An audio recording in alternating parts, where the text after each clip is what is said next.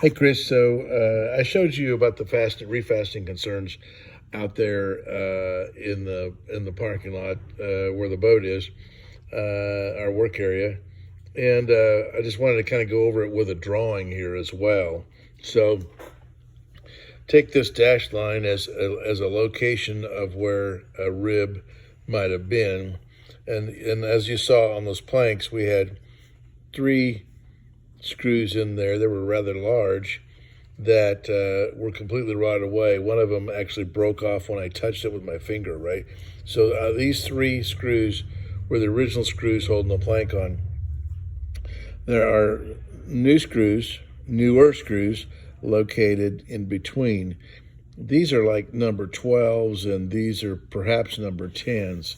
And so these screws are still intact, but they're pretty small diameter and they're not very penetrating very far into the rib. The rib's an inch thick and an inch and a quarter wide, and these are only protruding from the plank maybe 3/4 of an inch. So they're not really going all that deep in the ribs.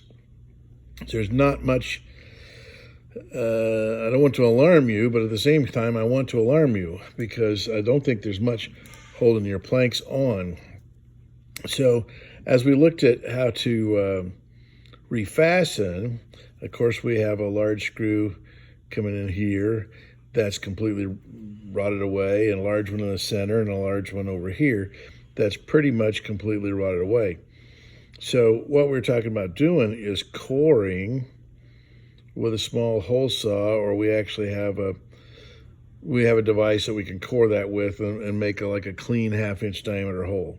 So we would core a hole 3 times in your and get rid of the corroded fastener that is in your plank. Then we would make plugs, 1/2 inch diameter plugs or whatever the diameter ends up being, and we would epoxy them in place to make this board a solid board again. Okay, so we got these plugs in here, they're epoxied in place, and we got a solid board again. And then we really can't do anything about we would be doing this operation in this position, okay, at every single rib.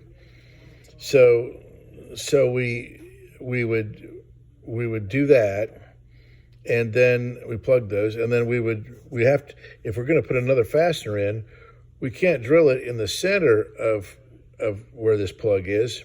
We would have to come to one side of it, perhaps the outside, but there's probably not room, but definitely on the inside we would come to one side, and we would drill up.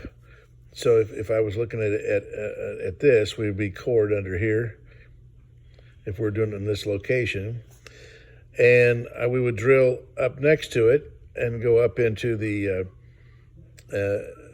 drill and miss this fastener that we can't really core out.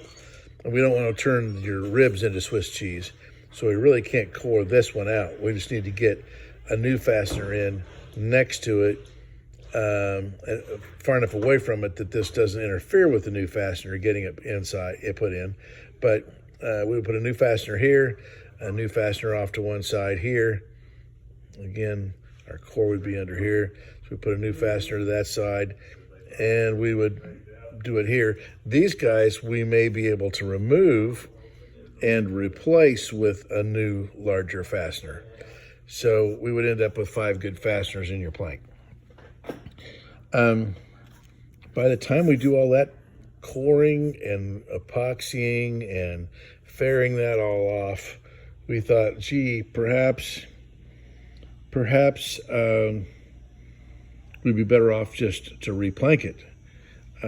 Take the old planks down. Don't try to worry about coring around them and replacing with a plug and all that fiddle farting around, and just pull the damn thing down and put it up. So if we were to do that, then here's where my discussion about how much wood to buy comes in.